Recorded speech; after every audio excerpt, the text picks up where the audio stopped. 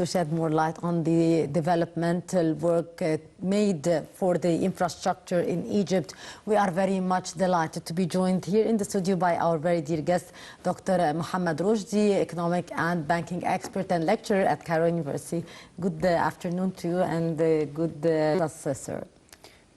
Good evening to you and our audience, and I would like to thank you for this nice invitation. Thank you so much. It's our pleasure. Sir, how do you view the key infrastructure projects currently underway in Egypt and how they are expected to contribute to the economic growth in the country?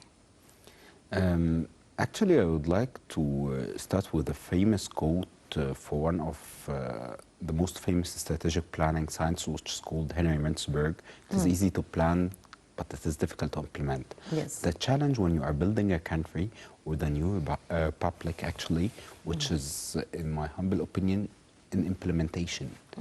And this is one of the most that the presidential leadership is focusing on it. One of the most main pillars, which is the infrastructure. Why I would like to start with the infrastructure and the new the mega projects. If you would like to bring FDI, foreign direct investment, which is one of the most crucial things, you have to have the infrastructure, solid infrastructure, which is positively reflect on competitiveness report. Yes. To simplify to our audience, what is the competitiveness report? As you know, and our audience, if I'm an investor, if I would like to enter any market or any new country, what shall I do? The first thing, I have to depend on the secondary data.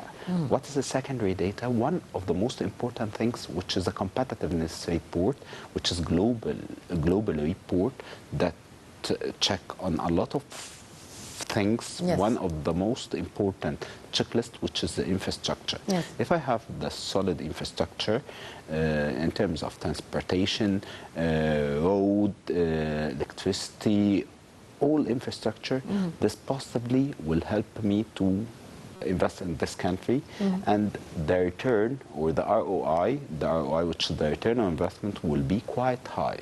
Yes. And this is the most important things that the presidential leadership is focusing on, hence the infrastructure. And a lot of people nowadays, you can see, is that they are asking why we are investing a lot of money in such projects. Yes. But in their opinion, there are a lot of, actually there are a lot of priorities. Indeed. But this is not the main point or the crucial thing, which is the infrastructure. Why? Because you are building a country, you are bringing FDI, at the same time you are decreasing the unemployment rate, and you can see this is quite easily, it's from the secondary data. As far as I recall, the unemployment rate reached to 13.4 in 2013, and nowadays you can see it's 7.5%. You can see the change. Why this happened, or how this happened? This happened through strategic vision and strategy, which is one of the most important things, the mega projects. Yes. That helped us to bring more FDI, to change our GDP structure. And I would like to emphasize on one of the most important things, the GDP structure. Yes. The GDP structure consists of three main items. The first one, which is the agricultural part, the industrial part, and the service part. Yes. If you would like to have what they are calling it nowadays quick win, to have significant impact on GDP growth, Yes. what you should work honestly on the service part. And to be honest with you and our audience, we are not inventing the wheel. We are getting the best practice, what happened on a lot of developed countries. Yes. The service part, which is the highest added value, and this is what they are calling it, the quick win, which is the highest added value. Yes. And if you would like to go fastly or to grow in a fast way, you have to focus on this part. For that reason, the presidential leadership have a lot of focus on Yes. the service part, and the service part includes a lot of industries like the technology part. It's Yes. under the umbrella of the service part, and this is a challenge. And if you'd like to have this significant impact to grow your GDP, you have to focus on the first and the most important things, in my humble opinion, which is the infrastructure. Indeed. Sir, how has the development of the transportation infrastructure, such as roads, bridges, and ports, impact Egyptian trade and the connectivity with the global economy? I believe that this it's quite significant, the impact of this thing, starting from the trade between the African countries.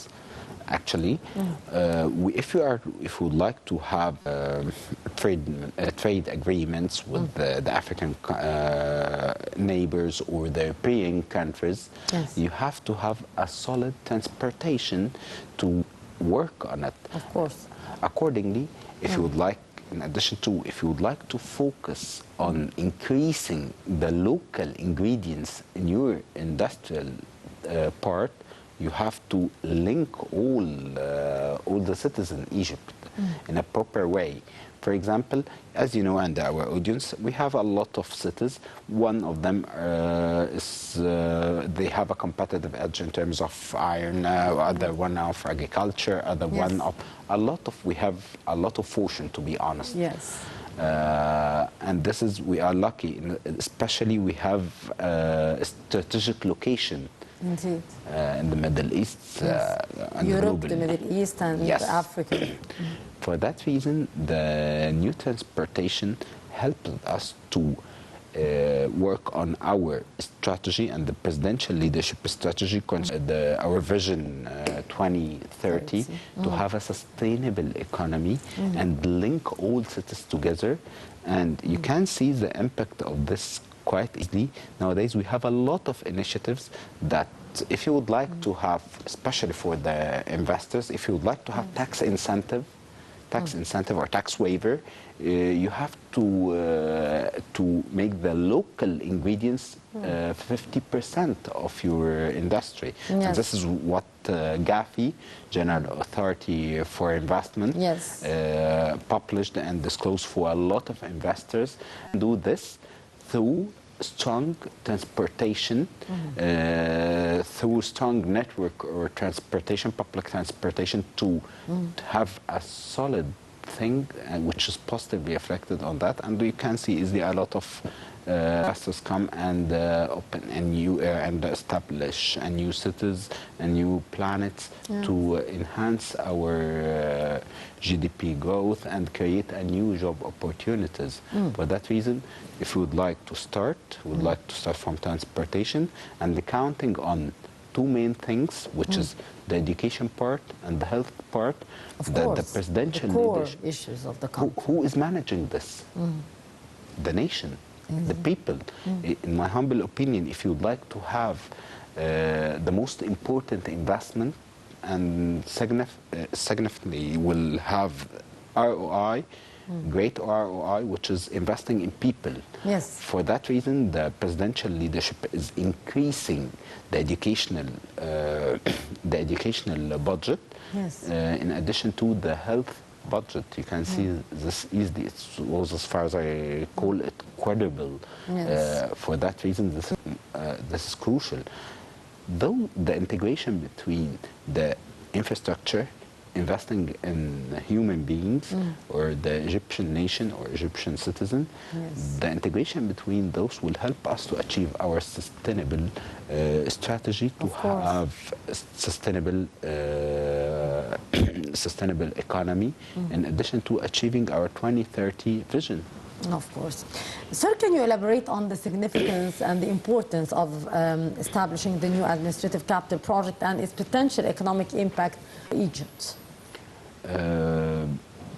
Actually, the new administrative capital, most strategic and important projects, and in my humble opinion, it will have what we are calling it the payback quite fast.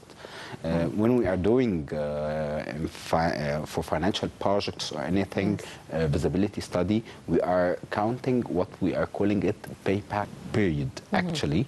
Yes. In my humble opinion, it will not take time to have the return quite easily. And you can see nowadays multinational companies are working from there. Yes. A lot of great financial institutions, indeed, yes. banks, financial and non-financial institutions, which they have a significant contribution on the local economy. You can see this is and a lot of SMEs, small and medium enterprises.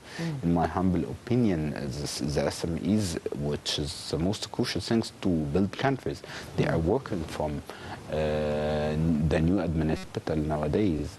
Especially, there are a lot of incentive to work from this place, and the government is doing a great job in terms of facilitating everything for investors, for people to work on it. Accordingly, the new administrative capital will be like what I would like to metaphorically to say it, which is it will be the new business hub in the Middle East. Yes, I do believe it starts to be like this. How do you view also the infrastructure investments in Egypt attracting both domestic and international investment? I believe we have an optimistic plan to attract the international investments, what we are calling the FDI. Yeah. Especially, the government has a solid plan to withdraw from a lot of projects for let the private sector to manage it in a in a different way. And as far as I recall, we have like 10 billion one of the most important things that the government will sell its what we are calling its share from from a lot of companies for the private sector to get more FDI. In addition to the local investments is quite important, especially the CBE, Central Bank of Egypt, and Minister of Finance. They are working on a lot of initiatives to support the SMEs. One of the most important things to facilitate for them financing their the projects, actually, with the low interest rate. As far as I recall, it was 5 to 8%, 5% to 8%. And to give real incentives. Yes. Yes. Thank you so much. To give them real incentive, actually, in addition to facilitating things for them, tax waiver, tax incentive, in addition to the financing cost. Nowadays, we can 5 to 8%, which is nothing nowadays. Globally, the interest rate, according to the global inflation, it reaches in some countries. Yes, unprecedented number. Some countries reach to 50%. Yes. And more than that. You can see easily nowadays. You tell me that I'm lending, especially from household segment, with 5 and 8%. Yes. Why we are doing that? We are doing that to have a solid economy, and this is one of the most important things to diversify our economy.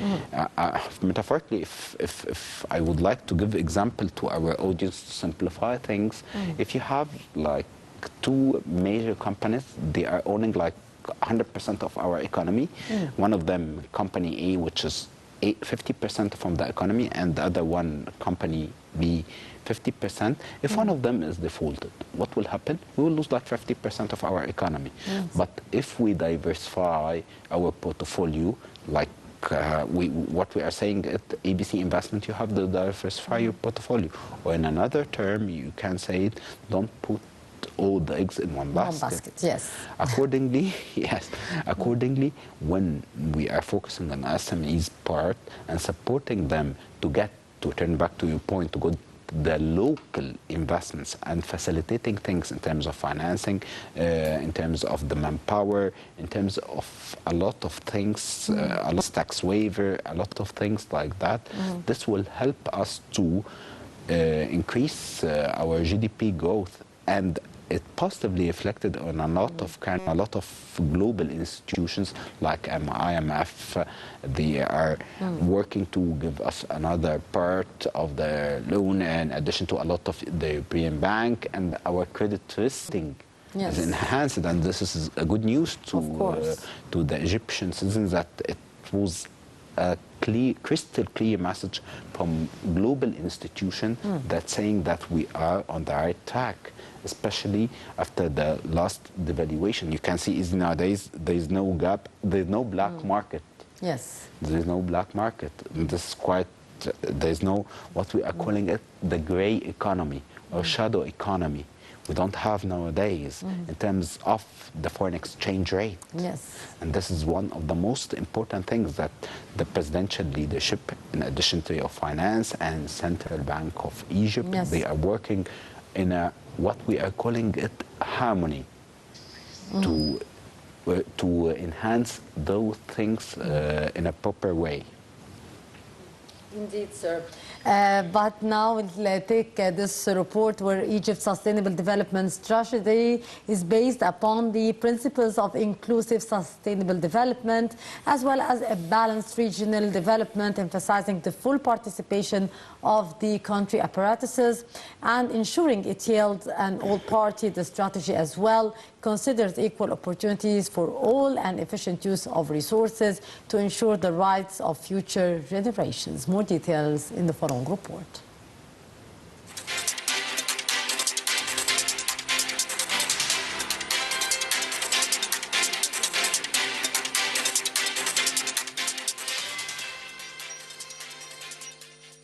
Egypt's Sustainable Development Strategy is based upon the principles of inclusive sustainable development, as well as balanced regional development, emphasizing the full participation of all the country's apparatuses and ensuring its yields to all parties. The strategy as well considers equal opportunities for all and efficient use of resources to ensure the rights of future generations. Investing in new mega projects has been a major economic feature in Egypt, embarking on a number of national mega projects that aim to enhance the competitiveness of the economy, create employment opportunities, and attract foreign and domestic private investments. With work underway, these national mega projects are contributing to several chapters in Egypt's economic progress. Egypt, a country with a legacy of various contributions to humanity and a rich history, keeps witnessing major upgrades in infrastructure. No doubt that Egypt's steps towards the new republic are important milestones, constituting a significant leap in government performance, development, and upgrading work mechanisms at various levels. The Egyptian government is a major player in the field of infrastructure, with plans for upgraded transportation systems, including ports, airports, and several sustainable development projects, giving a boost to the country's economy further. All Egypt's developmental mega projects stand as beacons of progress, embodying a vision for a more sustainable, vibrant nation. They not only reshape infrastructures, but more importantly, hold the promise of positively transforming the lives of millions, propelling Egypt towards a future defined by innovation, resilience, and inclusive prosperity.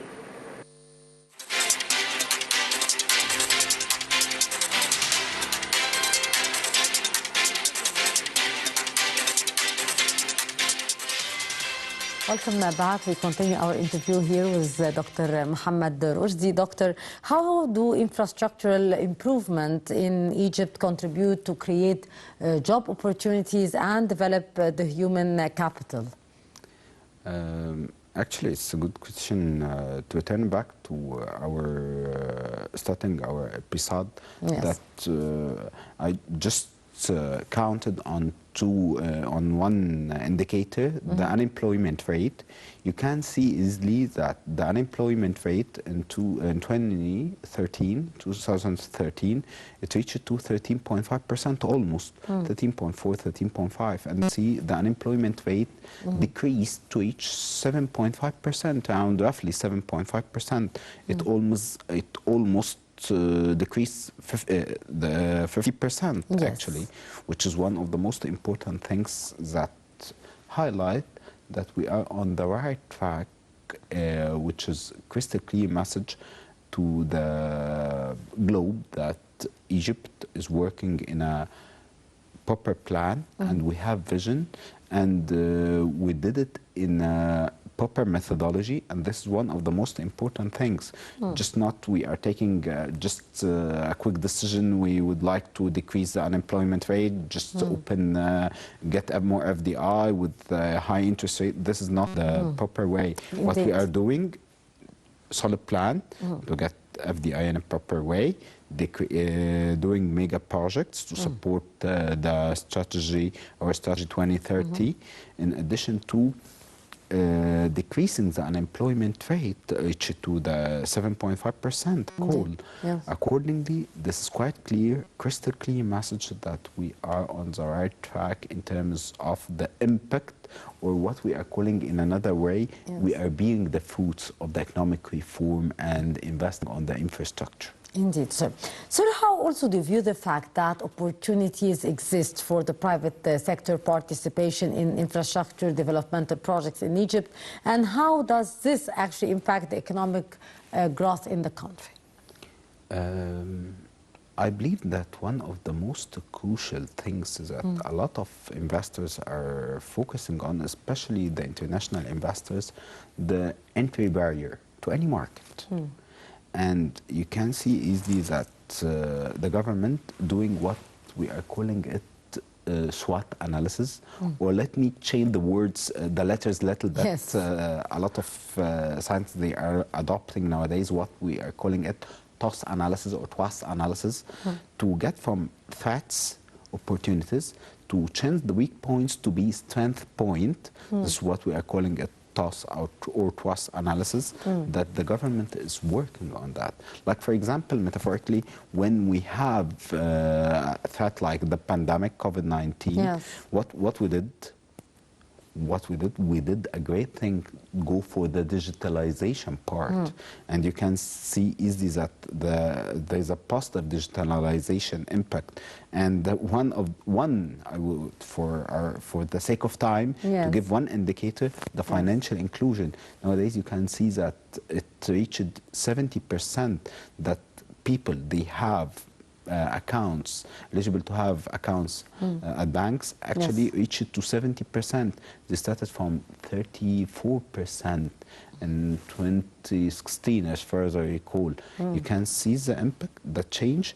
For that reason, we have from a lot of threat opportunities, and the weak points, we are working on it to be a strength points nowadays.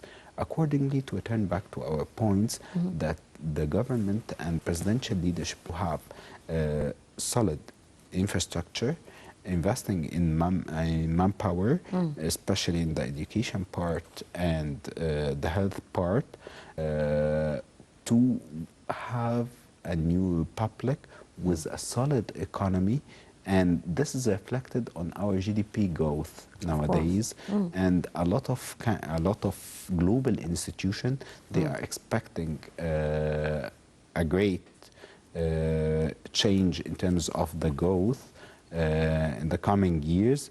And one of the most important things, indicators, which is that we have invited to be member of BRICS. Yes. And this is not just Of course. it's invitation based on scientific approach.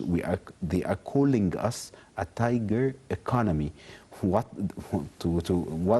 they are saying it metaphorically, tiger. The tiger, they are saying it metaphorically as a tiger because when a tiger is running to objective, they have or leaps. yes, he is going slowly, and then after that he is going quite fast. And what we are doing nowadays, we are going quite fast to have one of the most speedy growth globally. Especially, you can see a lot of developed countries. Yes. The growth reached to 2%, 3%, and we are one of the important countries, developing Yes, countries. of course, yes. We have to highlight that has a high growth rate in terms of GDP.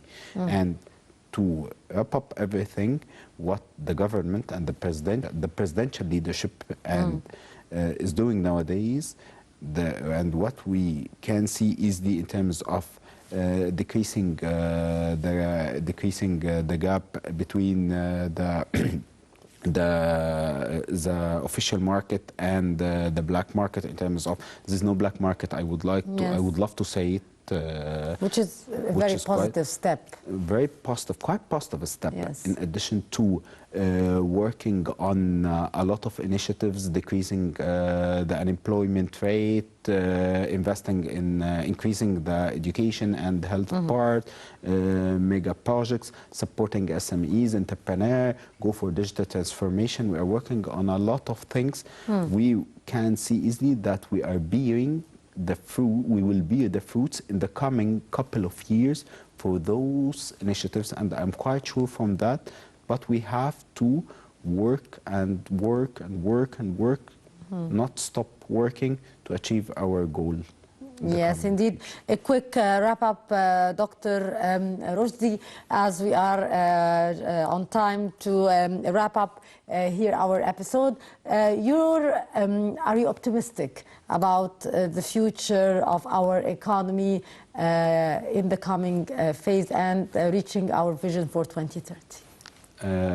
I'm quite optimistic, but when when I'm saying things, I would like to say it based on facts and scientific methodology. Like I would like to say that we have a lot of initiatives that positively reflected on our GDP growth, in addition to a lot of international institutions. Yes. They are saying that according, like the IMF, the European, the World Bank, the European Bank, and BRICS invited us, and a lot of things that quite sure, they are not quite sure that we will go fastly and will have one of the most important things.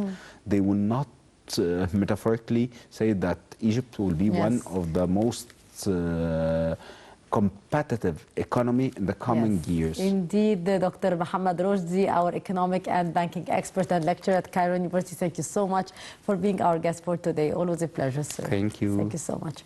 Our dear viewers, with that we come to the end of this edition of our program. Till tomorrow with another crew, it's goodbye.